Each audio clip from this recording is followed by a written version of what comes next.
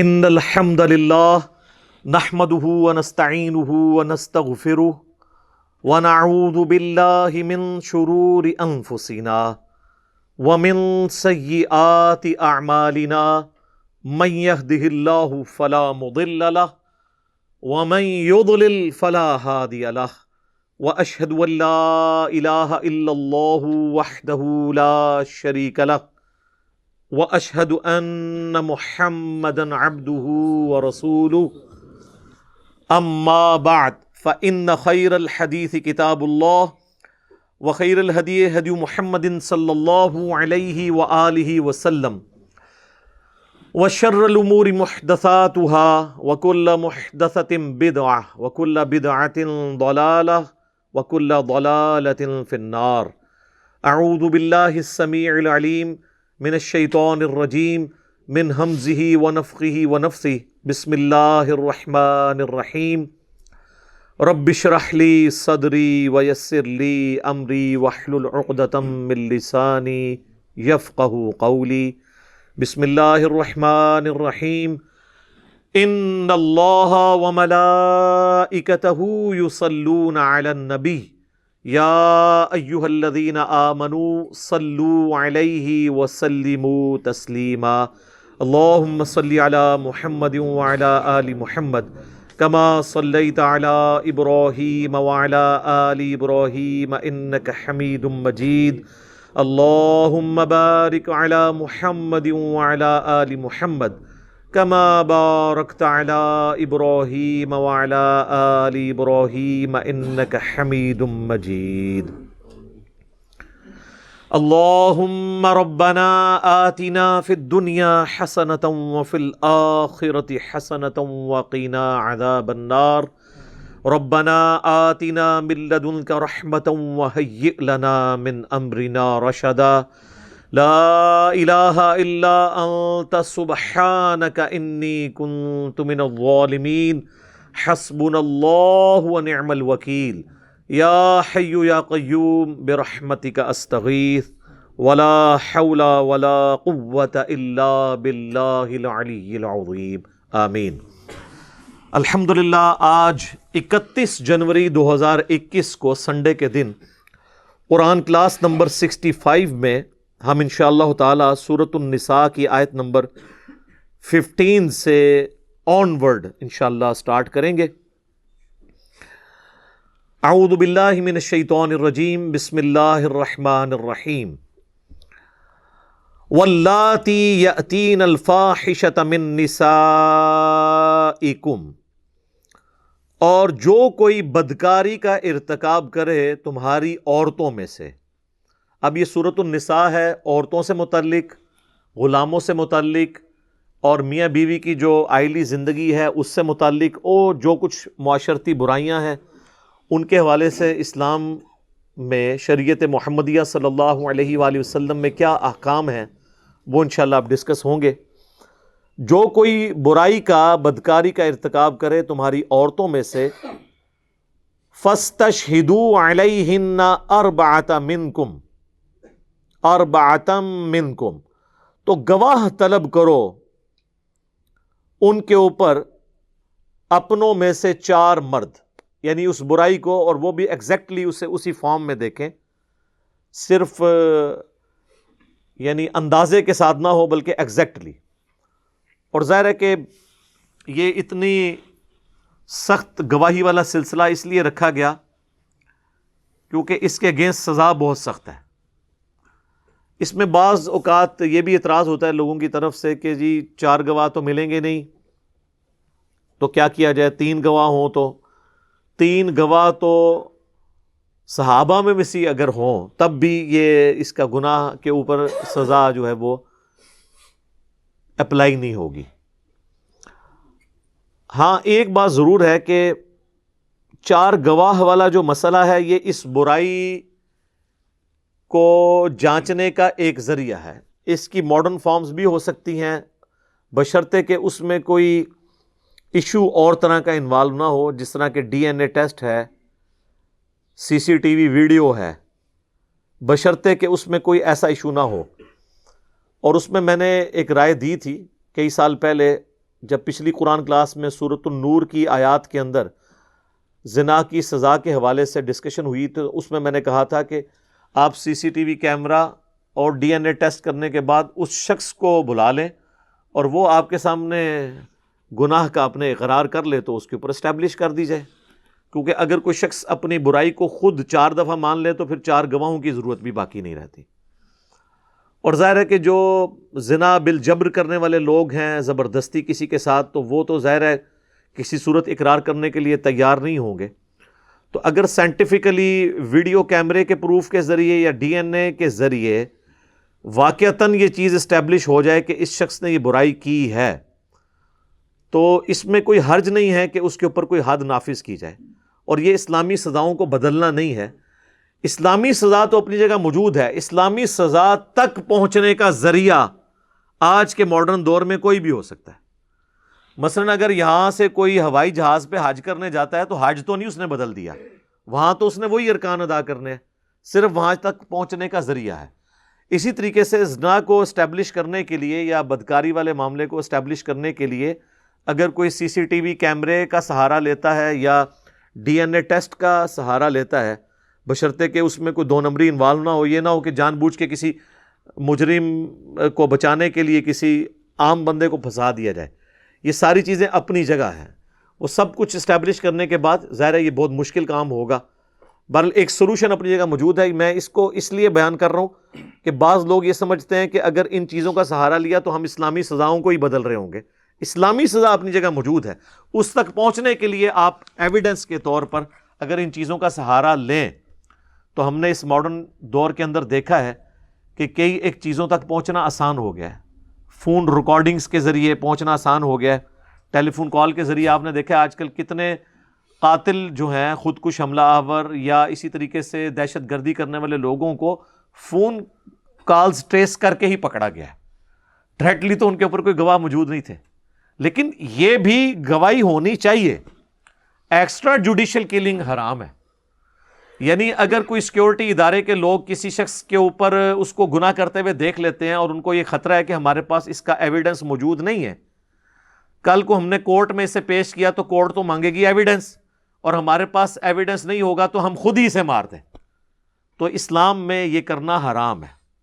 ہم سے کئی لوگ پوچھتے ہیں میرے بھائی اگر آپ کو نوکری میں یہ کام کرنا پڑے ایکسٹرا جوڈیشل ایکٹیویٹی ماورائے عدالت قتل، آپ وہ نوکری کو چھوڑ دیں، اسلام اس کی اجازت نہیں دیتا۔ اس کی وجہ یہ ہے مولا علی رضی اللہ تعالیٰ عنہ علیہ السلام کی طرف ایک منسوب قول ہے، اب یہ ان کا ہے یا نہیں ہے یہ الگ بات، لیکن یہ بات بڑی سٹرونگ ہے کہ اگر قانون میں سکم کی وجہ سے 100 مجرم چھوٹ جائیں تو کوئی مسئلہ نہیں ہے، لیکن اگر ایک مظلوم کو سزا ہو گئی یہ بڑا مسئلہ ہے۔ تو قانون اس لیے بنایا جاتا ہے، ظاہر ہے کہ دنیا میں مضبوط سے مضبوط قانون بھی آپ بنا لیں کسی حد تک ہی آپ قانون کی پاسداری کروا سکتے ہیں، بعض لوگ اس میں سے بھی نکل جائیں گے تو وہ آخرت میں عذاب بھگتیں گے۔ لیکن اگر آپ یہ کہیں گے کہ میں نے امت کے وسیع تر مفاد کے اندر، قوم کے وسیع تر مفاد کے اندر، ملک کے وسیع تر مفاد کے اندر میں نے خود قانون کو ہاتھ میں لینا ہے، تو میرے بھائی آپ تو اس ملک میں رہ رہے ہیں جہاں پہ لوگ اپنی ذاتی دشمنی نبھانے کی خاطر اپنے قریبی رشتہ داروں کو گستاخ رسول ڈکلیئر کر کے مار دیتے ہیں، اور بعد میں پتہ چلتا ہے کہ یہ نہیں یہ ہوا۔ یہ پچھلے دنوں جو شہادت ہوئی ہے عمران بھائی کی، جس پہ میری ویڈیو بھی آئی تھی، سارے فرقوں کے لوگ کہہ رہے ہیں کہ یار وہ کوئی گستاخ نہیں تھا، بس وہ ایک مینٹل قسم کا ذہنی توازن بگڑا ہوا، یعنی ویسے تو وہ ٹھیک تھا، یعنی میں کہہ رہا ہوں جس کا مولویوں نے دماغ خراب کیا ہوا بندہ، اس نے وہ گن مین نے ان کو جو ہے وہ مار دیا۔ تو آپ دیکھیں لوگوں کا یعنی سطحی لیول ذہن کا کیا ہے۔ اس ملک کے اندر آپ رسک لے سکتے ہیں کہ آپ لوگوں کو کہیں گے جی خود قانون کو ہاتھ میں لو اور امت کے وسیع تر مفاد میں مار دو، تو اسلام میں ماورائے عدالت قتل کی کوئی گنجائش موجود نہیں ہے۔ تو اللہ تعالیٰ مارا ہے کہ 4 مرد گواہ ہوں، فَإِن شَهِدُوا فَأَمْسِكُوهُنَّ فِي الْبُيُوتِ، اور وہ گواہی دے بھی دیں کہ انہوں نے برائی کرتے ہوئے دیکھا ہے، اور فزیکلی ایگزیکٹلی اسی فارم کے اندر، تو پھر ایسی عورتوں کو گھروں میں قید کر دو، حَتَّى يَتَوَفَّاهُنَّ الْمَوْتِ، یہاں تک کہ انہیں موت آ جائے۔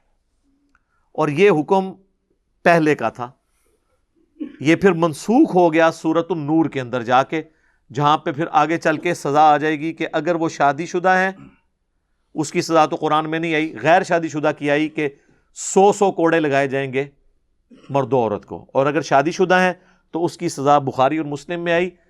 اہل سنت اہل تشیع دونوں کے ہاں تواتر کے ساتھ یہ حدیث موجود ہیں کہ شادی شدہ اگر کوئی بندہ زنا کرے گا تو اسے سنسار کیا جائے گا, زمین میں گاڑ کے پتھروں کے ساتھ اسے قتل کیا جائے گا.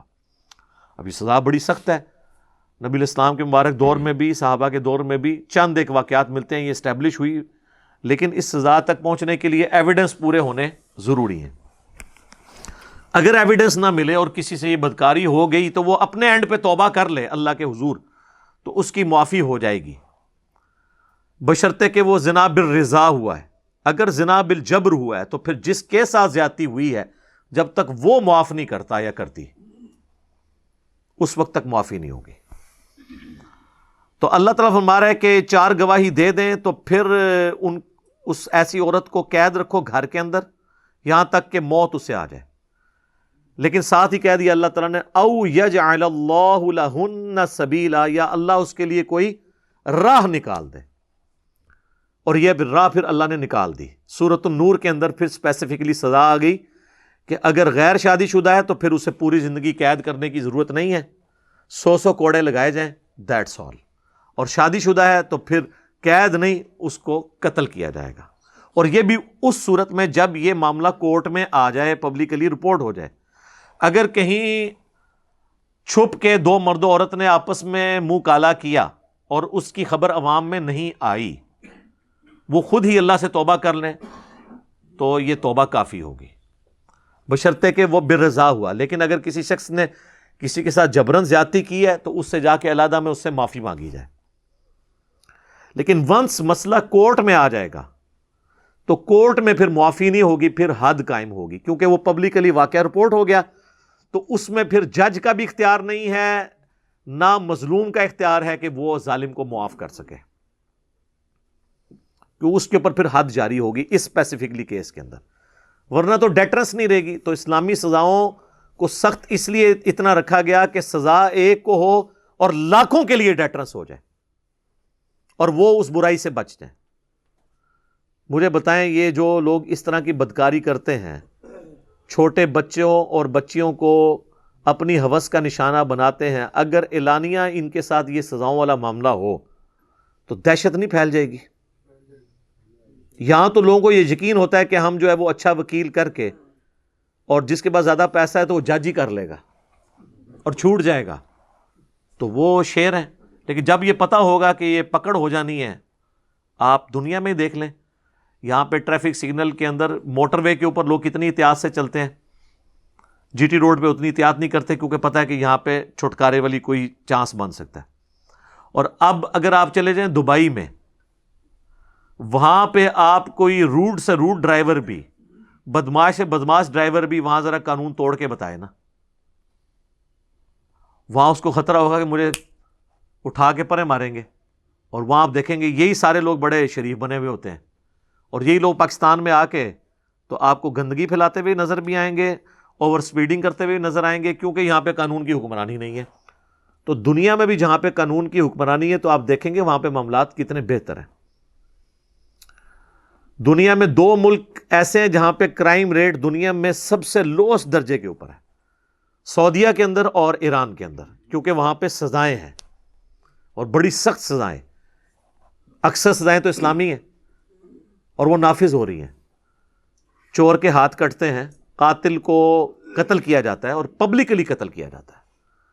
یہ جو بعض لوگ کہتے ہیں نا کہ یہ قتل کی سزا اعلانیہ جو ہے یہ کوئی ظلم ہے, اسلام میں تو سورہ نور میں آئے گا کہ جب سزا دی جا رہی ہو تو مسلمانوں کا ایک گروہ اس کو ویٹ کرے گا, دیکھے گا ڈیٹرنس کے لیے. اس پہ میری الگ سے ویڈیو ریکارڈ موجود ہے اسلامی سزاؤں کے اوپر, وہ آپ دیکھ سکتے ہیں.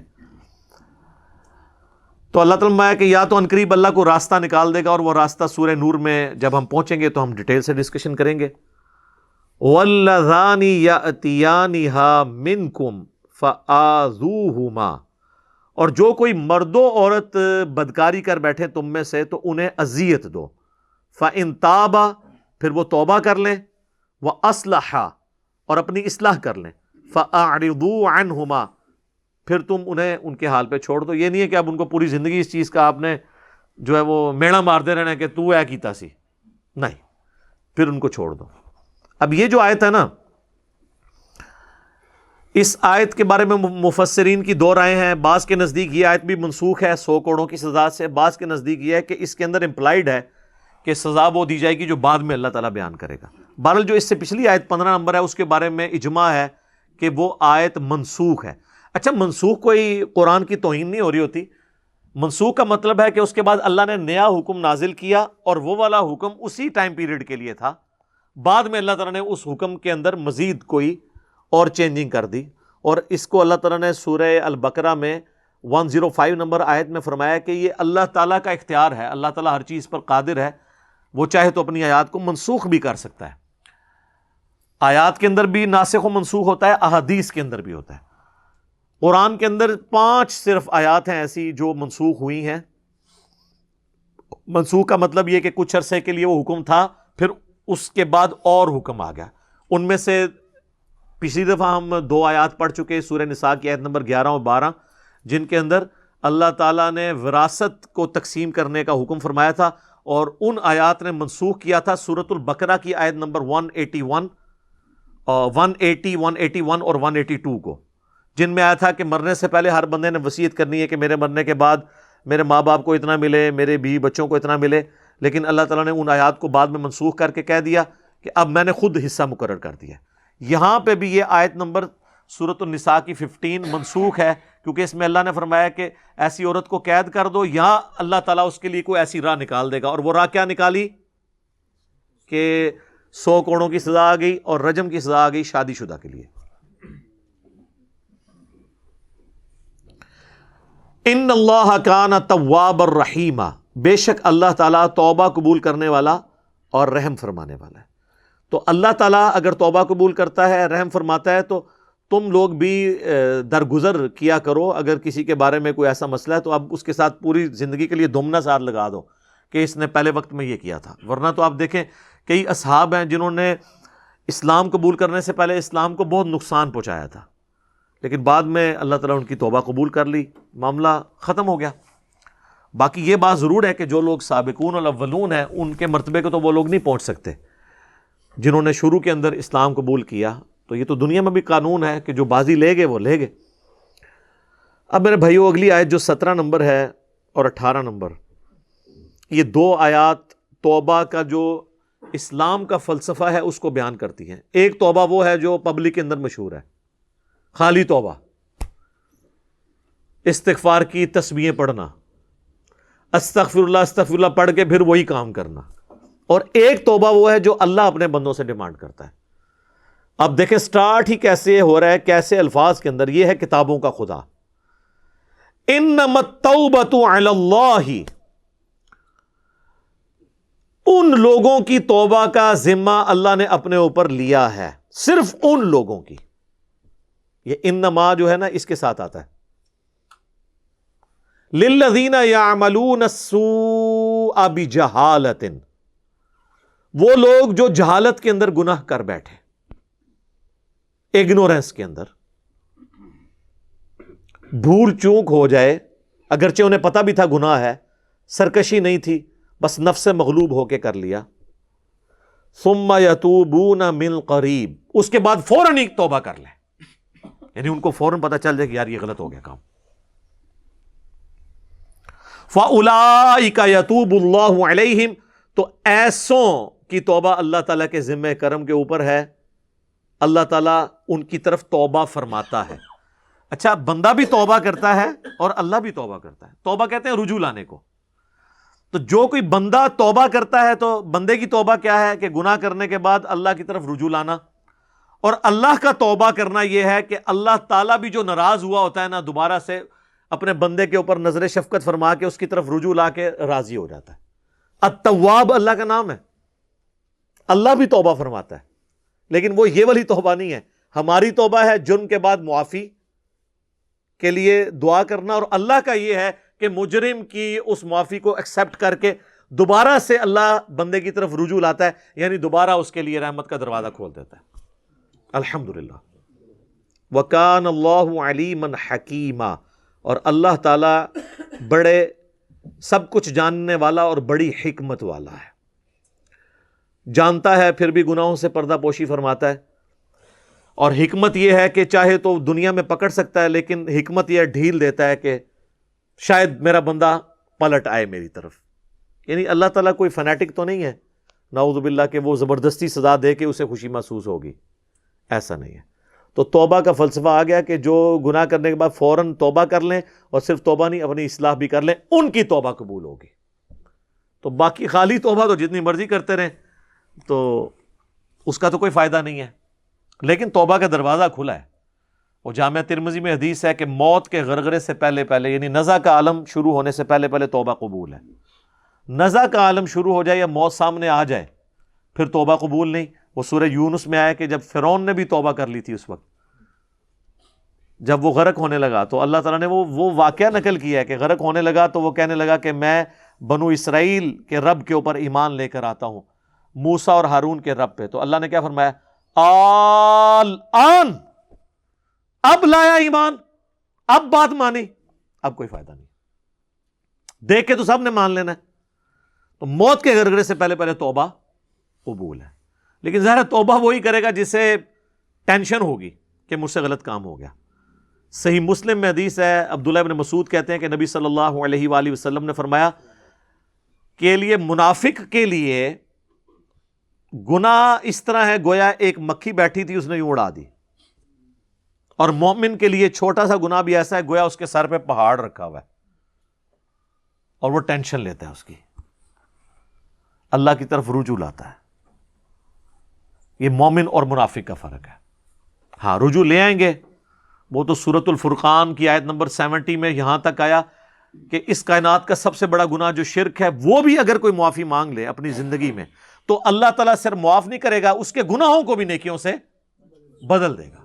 سبحان اللہ وبحمدہ، سبحان اللہ العظیم، عدد خلقہ ورضا نفسہ وزنۃ عرشہ ومداد کلماتہ. یہ اللہ کی رحمت ہے جی.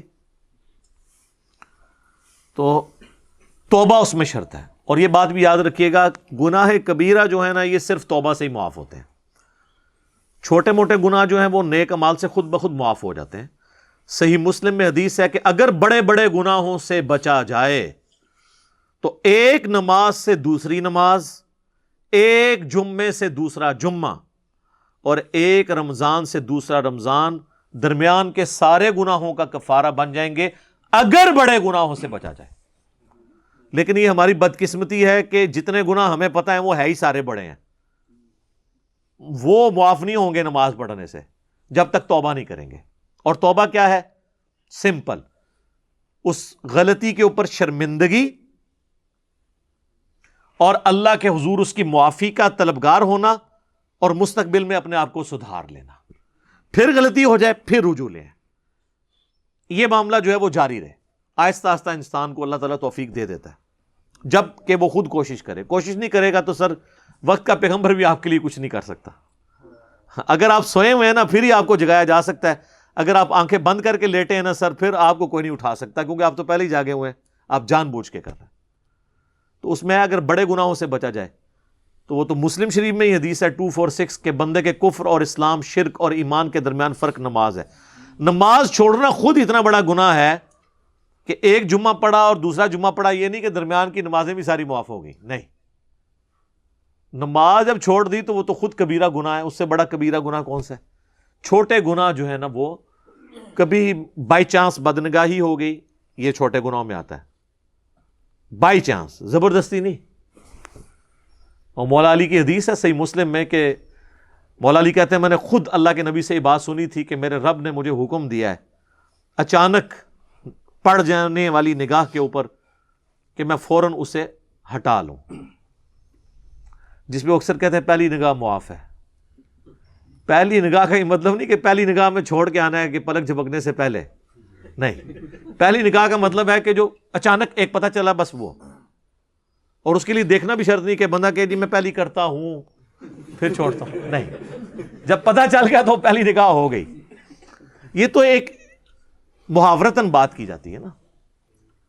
تو نگاہوں کی حفاظت کرنا اس حوالے سے ضروری ہے. تو یہ اسلام کا فلسفہ ہے جی، توبہ کرنی ہے، اللہ کی طرف رجوع لانا ہے، اپنی اصلاح کرنی ہے، پھر اللہ بھی رجوع لے آئے گا۔ اور اللہ کیسی رجوع لے کے آئے گا؟ بخاری اور مسلم دونوں میں حدیث ہے، مسلم میں ذرا تفصیل کے ساتھ ہے، مشکات کی دوسری جلد میں اللہ کی رحمت والے چیپٹر میں آپ کو یہ حدیث مل جائے گی۔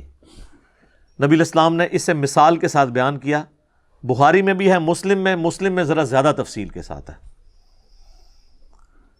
کہ جو شخص اللہ کی طرف گناہ کے بعد توبہ کرتا ہے تو اللہ تعالیٰ کو اس کے توبہ کرنے سے اور اپنی اصلاح کرنے سے کیا خوشی ہوتی ہے، اس کو نبی علیہ السلام نے ایک مثال سے بیان فرمایا۔ آپ صلی اللہ علیہ وآلہ وسلم نے فرمایا، کوئی تم میں سے ایسا شخص ہو جو کسی ریگستانی سفر پر ہو اور اس کا سارا ساز و سامان اس کے اونٹ پہ لدا ہو، اور ریگستان میں تو آپ کو پتہ ہے کئی ہفتے تک نہ پانی نہ کھانے کی کوئی چیز ملتی ہے، وہ اسی سامان کے اوپر آپ کی زندگی ڈیپینڈنٹ ہوتی ہے، اور وہ کہیں تھوڑی دیر کے لیے آرام کرے اور اسی دوران اس کا اونٹ وہاں سے غائب ہو جائے، اس کی آنکھ لگی اور اونٹ غائب ہو گیا، اب وہ بیٹھ کے اپنی موت کا انتظار کرنا شروع کر دے، کیونکہ پیدل بھی چلے گا تو اتنا ہی دور نکل چکا ہے کہ وہ پانی تک پہنچ نہیں سکتا، پھر اچانک سے اس کا اونٹ ساز و سامان والا واپس آ جائے تو اسے کتنی خوشی ہوگی؟ وہ اتنی خوشی ہوگی جتنا ایک بندہ مردہ زندہ ہو جائے یا لا علاج بیماری سے بندہ ریکور کر جائے۔ تو نبی علیہ السلام نے فرمایا اس کو اتنی خوشی ہو کہ اس کی زبان اس خوشی میں لڑکھڑا جائے، من شدت الفرح، خوشی کی شدت کی وجہ سے، اور کہنا تو اس نے یہ ہو کہ اے اللہ میں تیرا بندہ تو میرا رب، زبان سے اس کے نکل جائے کہ اے اللہ تو میرا بندہ اور میں تیرا رب، لیکن آگے الفاظ ہے من شدت الفرح، خوشی کی شدت کی وجہ سے۔ تو اس سے زیادہ خوشی اللہ تعالیٰ کو ہوتی ہے اس بندے پر جتنی اس اونٹ ملنے والے کو ہوگی کہ جب کوئی شخص اللہ کی طرف گناہ کے بعد توبہ کرتا ہے۔ سبحان اللہ۔ بعض لوگوں نے اسے مس یوز بھی کیا اپنے بابوں کے، چشتی رسول اللہ، اشرف علی رسول اللہ کو بچانے کے لیے۔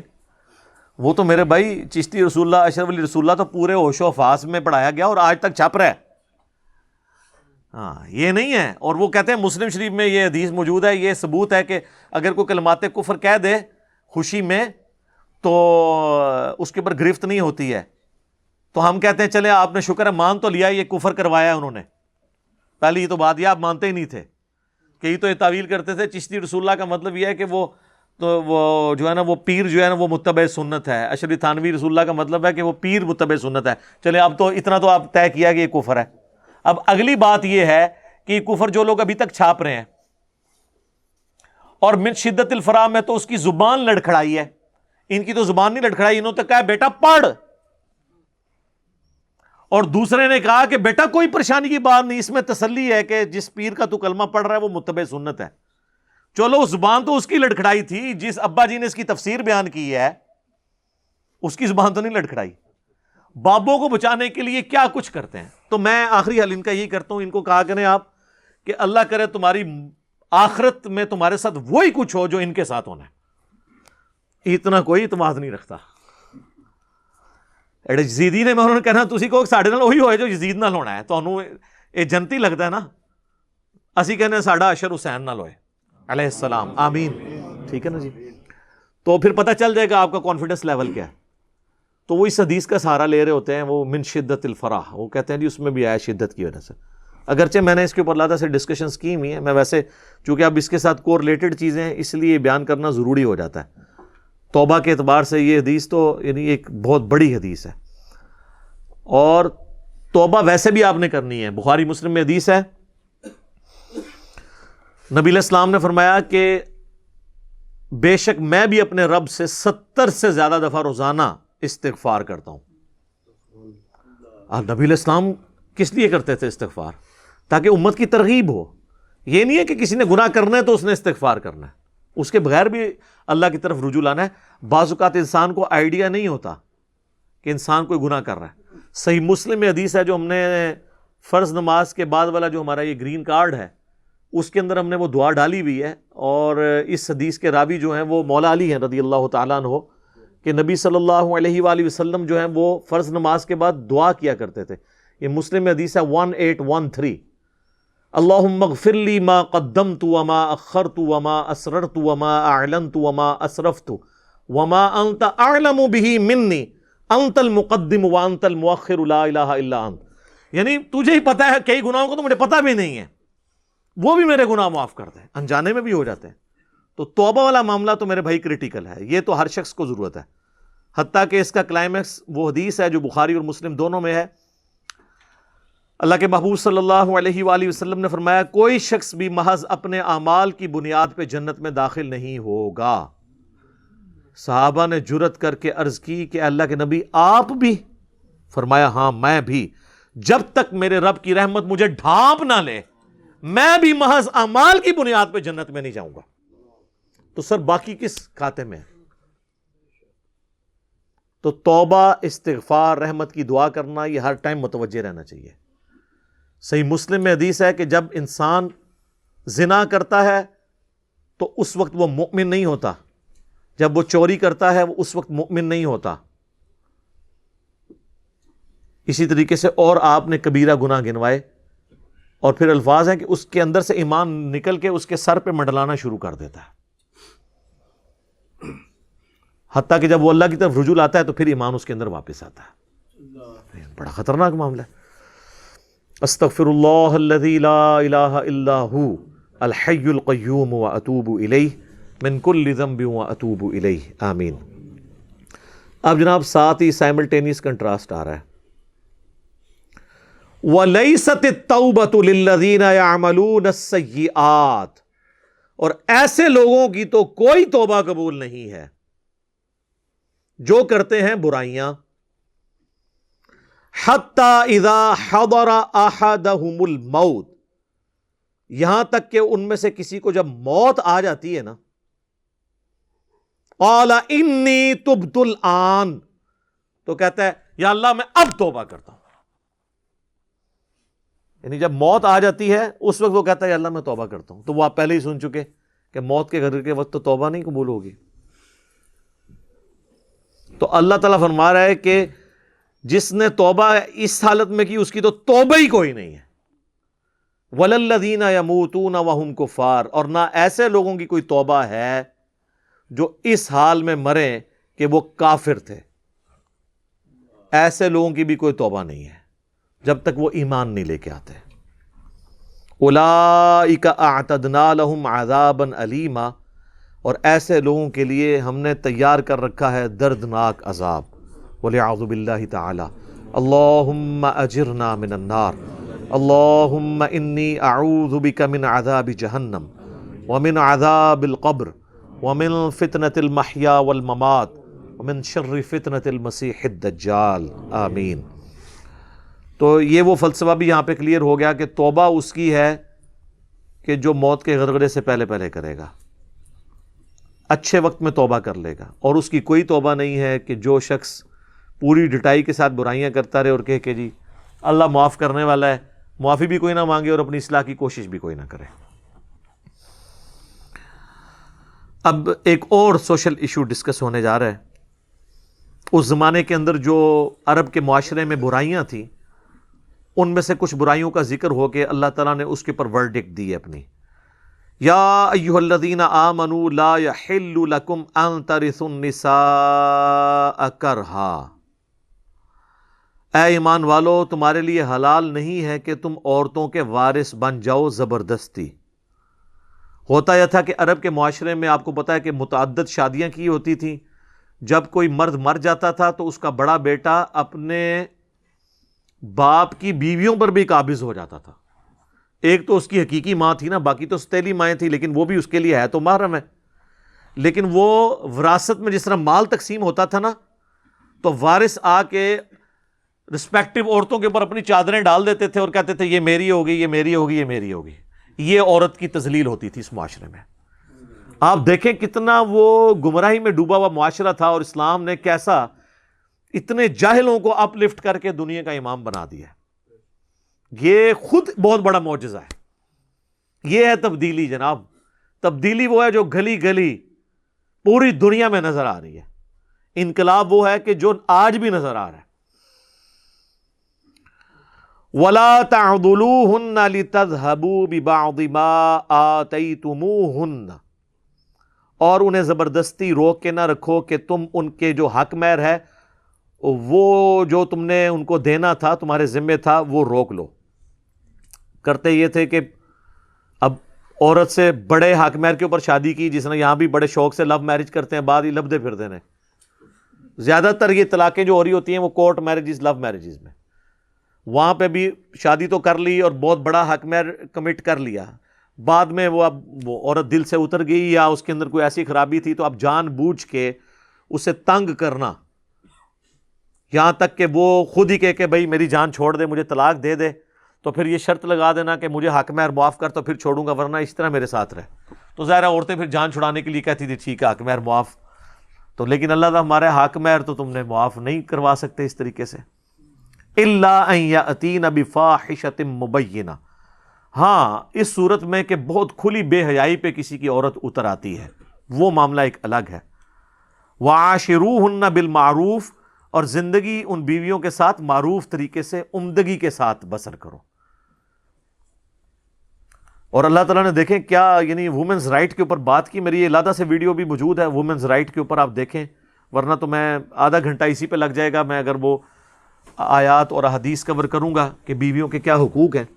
یہاں پہ دیکھیں کتنے سخت الفاظ ہیں، فَإِن كَرِهْتُمُوهُنَّ، اگر تمہیں اپنی بیویوں کی کوئی بات ناپسند ہے نا، فَعَسَىٰ أَن تَكْرَهُوا شَيْئًا، تو اس معاملے میں صبر کرو، شاید جس چیز کو تم ناپسند کر رہے ہو تو اس کے اندر کوئی بھلائی چھپی ہوئی ہو، وَيَجْعَلَ اللَّهُ فِيهِ خَيْرًا كَثِيرًا، اور اللہ تعالیٰ اس میں تمہارے لیے خیر بنا دے، اور یہ ہو جاتا ہوتا ہے۔ بظاہر برائی نظر آ رہی ہوتی ہے اور وہی اس چیز کی اچھائی بن جاتی ہے، یہ چانس ہوتے ہیں۔ سورۃ البقرہ میں آیا بعض اوقات کسی چیز میں تم خیر سمجھ رہے ہوتے ہو اور اس میں شر چھپا ہوتا ہے، اور بعض اوقات شر جس میں سمجھ رہے ہوتے اس میں خیر چھپا ہوتا ہے، اللہ جانتا ہے تم نہیں جانتے۔ بخاری اور مسلم دونوں میں حدیث ہے کہ عورت آدم کی ٹیڑھی پسلی سے پیدا ہوئی ہے، اسے سیدھا کرنے کی کوشش نہ کرو ورنہ توڑ بیٹھو گے، اور اسے توڑنا یہ ہے کہ تم اسے طلاق دے دو، اس سے نفع اٹھاؤ۔ صحیح مسلم میں حدیث ہے کوئی بھی مؤمن کسی مؤمنہ سے بغض نہ رکھے۔ اب دیکھیں اسلام میں کہا گیا بیوی سے بغض نہیں رکھنا۔ مسلم شریف میں حدیث ہے کہ دنیا برتنے کی جگہ ہے اور سب سے بہترین متاع دنیا کا نیک بیوی ہے۔ ترمذی میں حدیث ہے نبی علیہ السلام نے فرمایا کہ تم نے کوئی بھی دو محبت کرنے والے میاں بیوی سے بڑھ کے نہیں دیکھے ہوں گے۔ محبت کا اگر رشتہ ہے نا اپنے ایپیکس پہ تو میاں بیوی کا رشتہ ہے۔ میاں بیوی کا جو رشتہ ہے بڑا غیر معمولی ہے، اسلام میں اس کی اجازت نہیں ہے کہ کسی کے اوپر ظلم کیا جائے۔ مردوں کو عورت پہ ظلم کرنے کی اجازت نہیں ہے، عورتوں کو مردوں پہ نہیں۔ بعض اوقات عورتیں بھی اس طرح کرتی ہیں۔ جامعہ ترمذی میں حدیث ہے جس عورت نے بغیر وجہ کے اپنے خامن سے طلاق لے لی وہ جنت کی خوشبو بھی نہیں پائے گی، اور لوگ تو اس سے بھی آگے جا کے اپنے فیر چلا کے اپنے خامدوں کو بچوں سمیت چھوڑ کے بھاگ جاتی ہیں، تو وہ جنت سے بھی گئی ہیں۔ دنیا میں بھی ویسے جہنم ان کو ملتی ہے، ذلیل ہی ہوتی ہیں۔ اور اس کے اگینسٹ جو مرد بھی اپنی عورت کے ساتھ کرتا ہے نا اس کے ساتھ بھی یہی سزا ہوگی، وائس ورسا والا معاملہ ہے۔ یہ نہیں ہے کہ سنگل صرف عورتوں کی بات ہو رہی ہے، مردوں کے ساتھ بھی ایسا ہی معاملہ ہوگا۔ اور وہ مسلم شریف کی حدیث جو میں اکثر بیان کرتا ہوں کہ شیطان کا تخت پانیوں پہ لگا ہوا ہے، شام کے وقت وہ سارے اپنے چیلوں کو بلا کے ان کی کارگزاری سنتا ہے۔ کوئی کہتا ہے جی آج میں نے چوری کروائی، کوئی کہتا ہے جی آج میں نے فلاں گناہ کسی سے کروایا، کوئی کہتا ہے فلاں گناہ کروایا۔ شیطان کسی سے خوش نہیں ہوتا۔ جب ایک چیلا آ کے کہتا ہے نا آج میں نے میاں بیوی میں علیحدگی کروا دی جھگڑا کر کے، شیطان اس سے خوش ہو کے اسے گلے لگا لیتا ہے کہ اصل کام تو نے کیا ہے، کیونکہ اب معاشرہ برباد ہو جائے گا، بچوں کے مینٹل ماڈلز تک بدل جائیں گے، ستیلی مائیں کیا کچھ کرتی ہیں۔ تو اسلام میں جو معاشرے کی بنیادی اکائی ہے وہ میاں بیوی ہیں اور ان کا ریلیشن شپ ہے۔ تو یہاں تک اللہ تعالیٰ ہمارے اگر بیویوں میں کوئی برائی بھی نظر آتی ہے، کوئی کراہت بھی آتی کسی معاملے کے اندر، تو بس صبر کے ساتھ گزارا کرو، کیونکہ دیکھیں ہر شخص کے اندر اچھائی اور برائی موجود ہے۔ مرد اپنے آپ کو پرفیکٹ کیوں سمجھا ہوا ہے؟ اس کے اندر کیا کوئی برائی موجود نہیں ہوگی، کوئی کمزوری نہیں ہوگی؟ کوئی انسان پرفیکٹ ہے دنیا کے اندر؟ وہ یہ دعویٰ کرے کہ میرے اندر ہر دنیا کی خوبی ہے۔ شادی سے پہلے سارے پرفیکٹ ہوتے ہیں،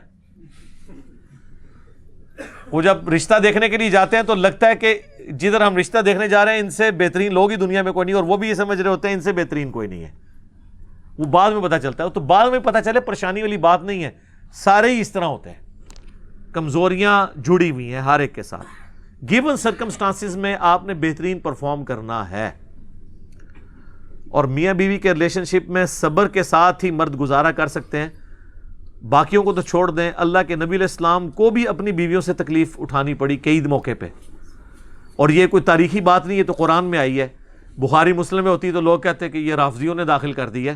جو قرآن میں سورۃ الاحزاب کے اندر آیا ہے، یہاں تک کہ اے نبی ان سے فرماؤ اگر تم دنیا کا مال چاہتی ہو تو میں تمہیں دے کے تو رخصت کر دیتا ہوں، اور اگر تم اللہ اس کا رسول اور آخرت کا گھر چاہتی ہو تو اسی حالت میں تم نے گزارا کرنا ہے، اسی فقر کی زندگی میں.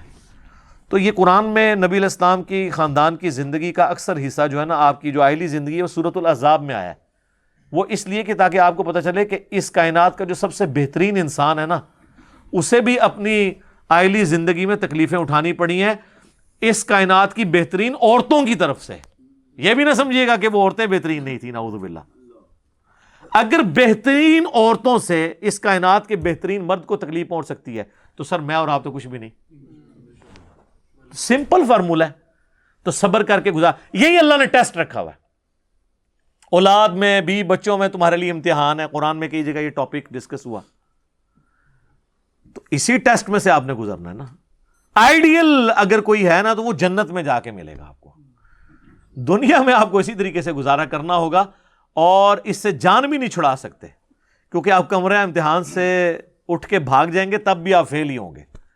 ہاں یہی تو امتحان ہے، یہی تو پیپر ہے جو آپ نے دینا ہے، اور پاس ہوں گے تو جنت ملے گی. کوئی یہ نہیں کہہ سکتا میں نے اب شادی ہی نہیں کرنی، تو وہ خالی پیپر دے رہا ہے، وہ بھی فیل ہی ہوئے گا.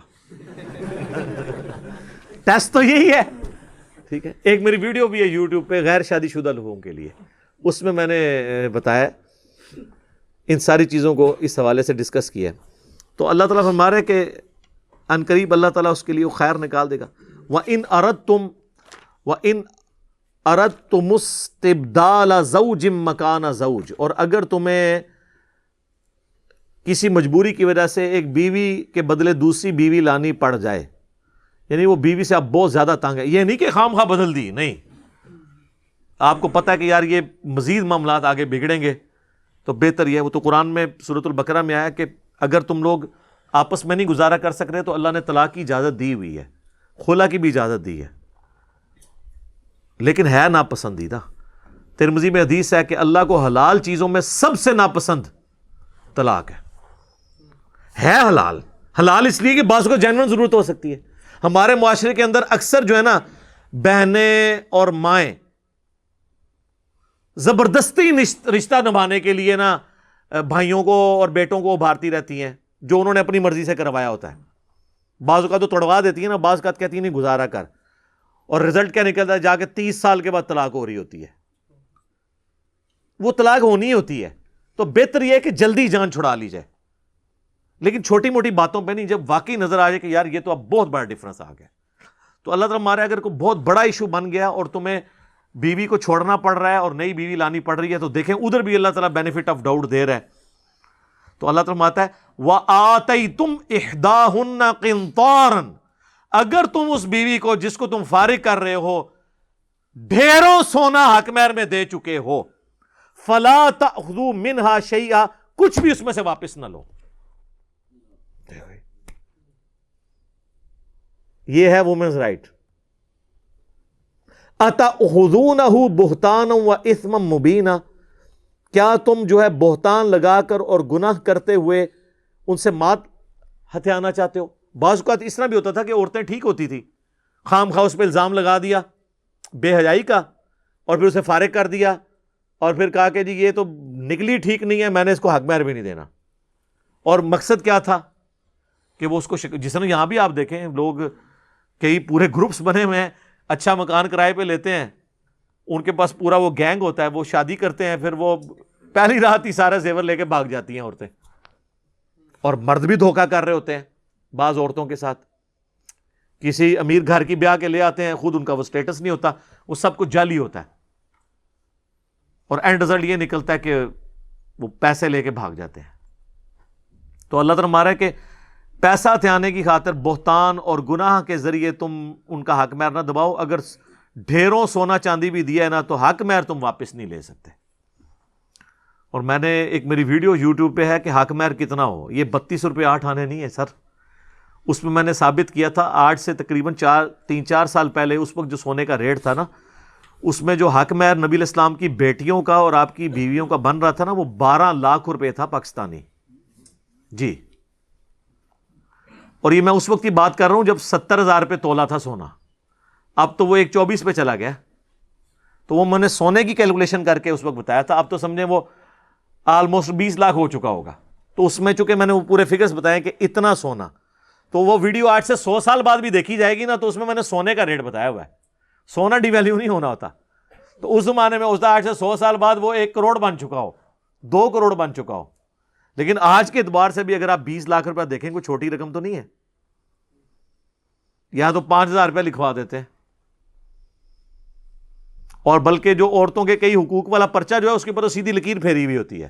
یا آپ کبھی اپنا ویسے کبھی آپ نے وہ اپنا نکاح نامہ جو ہے غور سے پڑھا ہے, اس میں ایک لمبی لکیر بھی ہوگی جس میں لکھا ہوتا ہے اتنا جیب خرچہ, یہ یوں لکیر پھری ہوتی ہے. وہ اسی طرح ٹرینڈ چل رہا ہے. جیسے تو سلیکٹو سٹڈی کرانے نے اور علماء نو سلیکٹو حدیث پڑھانے نے کورس وچ, تہاڈا نکاح وچ بھی جڑے حقوق نے وہ بھی سلیکٹو ہی ہوئے ہوندے ہیں.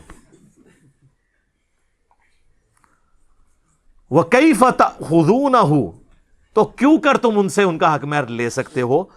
وَقَدْ أَفْضَىٰ بَعْضُكُمْ إِلَىٰ بَعْضٍ, جبکہ تم ایک دوسرے کے ساتھ جو ریلیشن شپ بھی قائم کر چکے ہو, میاں بیوی کا جو تعلق ہوتا ہے ازدواجی, ایک دوسرے سے نفع تم نے اٹھایا ہے. اسی حق مہر کے عوض جو ہے نا تمہارے لیے تمہاری بیوی حلال ہوئی تھی نا ازدواجی تعلق کے پوائنٹ آف ویو سے. وَأَخَذْنَا مِنْكُمْ مِيثَاقًا غَلِيظًا, اور تم پختہ عہد لے چکے ہو اس معاملے میں, یعنی نکاح کے بندھن میں ہو تم, اس نکاح کے اگینسٹ تم فائدہ اٹھا چکے ہو. اب کس منہ سے تم جو ہے وہ حق مہر اس سے واپس مانگتے ہو.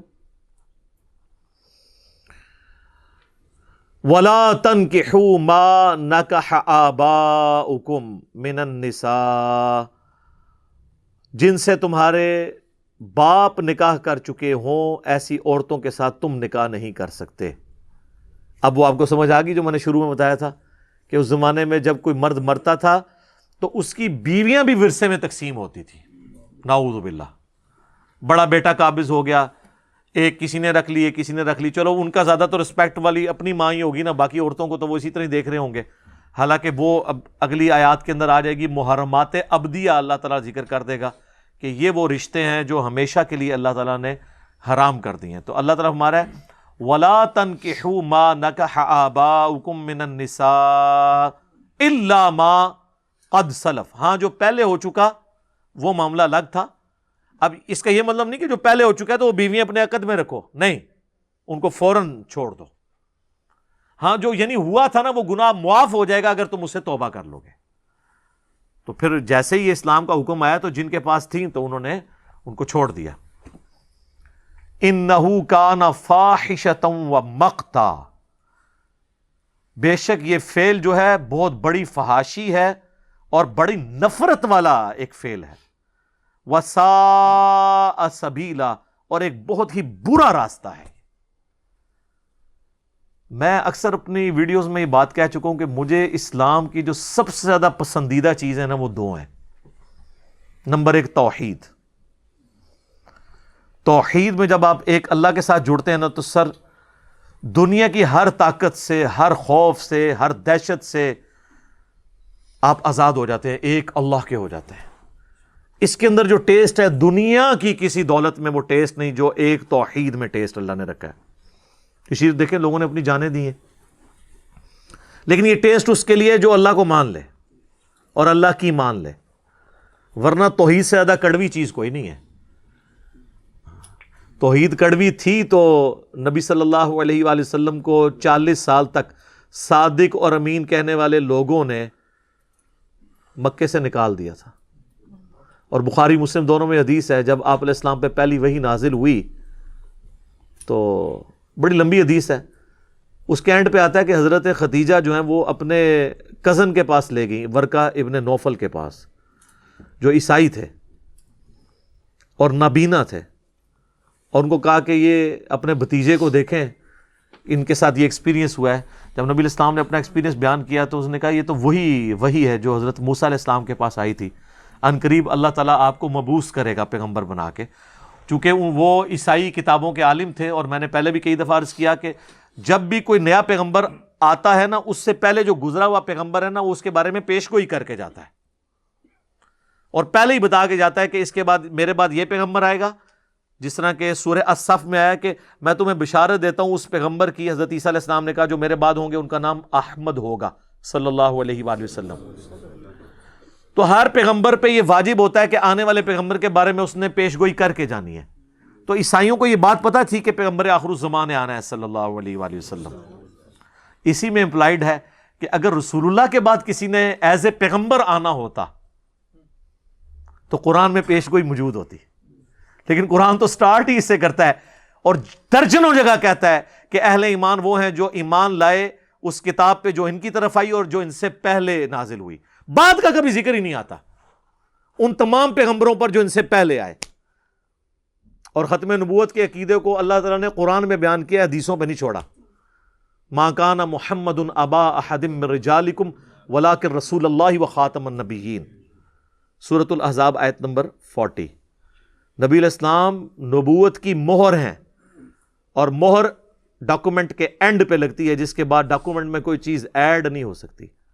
آپ نبوت کی مہر ہیں قرآن کے تحت، اور احادیث میں خاتم کا لفظ بھی ہے، یعنی نبوت آپ پہ ختم بھی ہوگی، تکمیل بھی ہوگی۔ یہ دونوں معنی اپنی جگہ درست ہیں۔ یہ قادیانیوں نے جو دھوکہ دیا ہوا ہے، اور وہ مہر کا مطلب یہ نکالتے ہیں کہ نعوذ باللہ اس کا مطلب ہے کہ حضور کے بعد جتنے پیغمبر آئیں گے وہ حضور علیہ السلام کی مہر لگنے سے آئیں گے۔ یہ مطلب تو کبھی نہیں، نہ اللہ تعالیٰ نے مطلب وہ آیت ہی اس کی حفاظت کر رہی ہے کہ باپ نہیں ہے مردوں میں سے کسی کے، مگر وہ تو اللہ کے رسول ہیں۔ کیوں اس بات کا ذکر اس کے اندر کیوں آیا کہ مردوں میں سے کسی کے باپ نہیں ہے؟ اس میں خبر تھی کہ حضور کا کوئی بیٹا بھی مرد نہیں بنے گا۔ اٹ مینز کہ حضور کے بعد کوئی پیغمبر نہیں ہوگا۔ کیوں؟ اگلے انبیاء کو اللہ نے شان دی تھی، اگر حضرت ابراہیم کا بیٹا پیغمبر تھا اسحاق اور اسماعیل علیہ السلام، تو کیا رسول اللہ کا یہ پروٹوکول نہیں تھا کہ آپ کا بیٹا بھی پیغمبر بنتا؟ تو دو ہی راستے تھے، یا تو حضور کے بعد نبوت جاری رکھی جاتی، دوسرا یہ کہ آپ کا کوئی بیٹا مرد بنتے ہی نہ، بچپن میں ہی فوت ہو جاتے۔ اور یہ جو معنی ہے وہ اس کے اندر پوشیدہ ہے۔ اس کو سپورٹیو حدیث ہے صحیح بخاری کی۔ حضرت عبداللہ ابن ابی اوفا کہتے ہیں کہ میں نے نبی علیہ السلام کا بیٹا ابراہیم دیکھا ہوا ہے، وہ بچپن میں ہی فوت ہو گیا تھا۔ اور پھر وہ ساتھ کہتے ہیں چونکہ رسول اللہ آخری پیغمبر ہیں، آپ کی ختم نبوت کی وجہ سے وہ بچپن میں فوت ہو گیا، اگر وہ زندہ رہتا تو وہ پیغمبر بنتا۔ اور قادیانی اس آدھی حدیث کو یوز کر کے دھوکہ دیتے ہیں کہ نبوت جاری ہے۔ دیکھیں عبداللہ ابن ابی اوفا کہہ رہے ہیں کہ اگر رسول اللہ کا بیٹا ابراہیم زندہ ہوتا تو وہ بھی پیغمبر بنتا، اس کا مطلب پیغمبر کا سلسلہ جاری ہے۔ اور بھائی وہ تو یہی تو بتانا چاہ رہے ہیں کہ وہ بیٹا اس لیے جوان نہیں ہوا کہ ختم نبوت ہو چکی ہے۔ وہ یہ نہیں بتانا چاہ رہے کہ وہ زندہ رہتا تو نبوت جاری رہتی، وہ تو اس کی موت کی وجہ یہ بتا رہے ہیں کہ اللہ کے نبی علیہ السلام کے اوپر ختم، وہ اس میں ذکر کرتے ہیں کہ چونکہ آپ خاتم النبیین ہیں اس لیے آپ کا بیٹا جوان نہیں ہوا۔ اب آپ کو یہ آیت سمجھ آئے گی، ما کان محمد ابا احد من رجالکم، مردوں میں سے کسی کے باپ نہیں ہے، کیونکہ آپ علیہ السلام کا ایک منہ بولا بیٹا تھا زید ابن حارثہ، اس کو لوگ زید بن محمد کہتے تھے۔ تو اللہ تعالیٰ نے نفی کی اور کہا کہ نہیں، زید کو تو چھوڑ دو، آپ کسی بھی مرد کے باپ نہیں بنیں گے، وخاتم النبیین، چونکہ آپ ختم نبوت آپ پہ ہو چکی ہے تو اب آپ کا بیٹا کیوں مرد ہونے تک پہنچے گا؟ ختم نبوت کا تقاضا یہ ہے کہ حضور کا کوئی بچہ جوان ہو ہی نہ، اور جب جوان نہیں ہوگا تو وہ نبوت کا اہل بھی نہیں ہوگا۔ بچپن میں تو نہیں، یعنی اس کو اللہ تعالیٰ نے فوت کر دیا۔ جو آپ علیہ السلام کے بیٹے پیدا ہوئے، ابراہیم پیدا ہوئے، قاسم پیدا ہوئے، طیب پیدا ہوئے، تو وہ اللہ تعالیٰ نے ان کو بچپن میں ہی موت دے دی۔ تو یہاں پر بھی آپ دیکھیں اللہ تعالیٰ نے یعنی معاملات کو کس طریقے سے کھول کھول کر آئلی زندگی کے حوالے سے بیان کیا ہے تاکہ کوئی مس یوز نہ ان معاملات کو کر سکے، کہ مستقبل کے اندر اگر کوئی معاملہ ہے تو اس میں تم نے بچ جانا ہے. جو پہلے معاملات ہو چکے تو یہ بے حیائی کے راستے تھے, ان کو چھوڑ دو. تو میں بتا رہا تھا کہ مجھے اسلام کی جو 2 چیزیں پسند ہیں ان میں پہلی چیز کیا؟ توحید, اور دوسری چیز ہے سیکس ڈسپلن. سر مرد و عورت کے اندر جو سیکس والا جذبہ ہے یہ اتنا پورٹنٹ ہے. یہ فرائیڈ نے تو بعد میں آ کے کہا نا کہ سب سے پورٹنٹ جذبہ جو ہے وہ سیکس کا ہے. اسلام تو بہت پہلے کہہ رہا ہے سورہ آل عمران کے اندر, زُيِّنَ لِلنَّاسِ حُبُّ الشَّهَوَاتِ مِنَ النِّسَاءِ, مزین کر دیا گیا ہے انسان کے لیے دنیا کی چیزوں میں سے نمبر 1 عورتیں, اور باقی چیزیں بھی گنوائی گئی. میرا یوٹیوب پہ کلپ بھی ہے, عورت فتنہ نمبر 1 کیوں ہے. یہ اتنا پورٹنٹ جذبہ تھا, اور آج میڈیا کے دور میں تو آپ کو اندازہ ہو گیا کتنی بڑی مصیبت ہے یہ آج کل جو کچھ ویڈیو سامنے آ رہی ہیں. اتنا یہ پورٹنٹ جذبہ ہے کہ اللہ تعالیٰ نے سیکس ڈسپلن اتنا ہی سخت دیا ہے. آپ دیکھ لیں چھوٹی چھوٹی چیزیں جو سیکس سے ریلیٹڈ ہیں ان کو ایڈریس کیا ہے. اسلام کی سب سے بڑی خوبصورتی عورتوں کا حجاب, مردوں کو نگاہیں نیچی رکھنے کا حکم, عورتوں کو نگاہیں نیچی رکھنے کا حکم, علیحدگی میں نہ ملنے کا حکم. ترمذی میں حدیث ہے کہ جہاں پہ 2 بندے اکٹھے ہوتے ہیں تیسرا شیطان ہوتا ہے. اتنا سخت ڈسپلن, یہ اسلام کی سب سے بڑی خوبصورتی ہے, توحید اور سیکس ڈسپلن. اب اگلی آیت بہت اہم ہے, آیت نمبر 23 سورۃ النساء کی آیت نمبر 23 میں محرمات ابدیہ کا ذکر ہے. اب یہ خود ایک پورا ٹاپک ہے, اور اس میں انشاءاللہ اگلی دفعہ وہ بھی ذکر کروں گا. یہ مساہرت کا جو رشتہ ہے, کوئی اگر نعوذ باللہ داماد اپنی ساس کو ہاتھ لگا لے, وہ جو منفی کہتے ہیں نکاح ٹوٹ جائے گا, اور جعلی مسئلے بیان کیے ہوئے ہیں. اس پہ آلریڈی ویسے میری ویڈیو ریکارڈ ہے, 2 بہنوں سے اکٹھا نکاح کرنا, اس میں میں نے ان آیات کو کور کیا تھا. اگلی دفعہ میں انشاءاللہ اس پہ ڈیٹیل سے بولوں گا. اللہ تعالیٰ سے دعا ہے جو حق بات میں نے کہی اللہ تعالیٰ ہمارے دلوں میں راسخ فرمائے. اگر جس بات میں میرے منہ سے کوئی غلط بات نکل گئی تو اللہ تعالیٰ ہمارے دلوں سے معاف کر دے. ہمیں کتاب و سنت کی تعلیمات پر عمل کر کے دوسرے بھائیوں تک پہنچانے کی توفیق عطا فرمائے. سبحانک اللہم و بحمدک, اشہد ان لا الہ الا انت, استغفرک و اتوب الیک, وما علینا الا البلاغ المبین. جزاکم اللہ خیرا.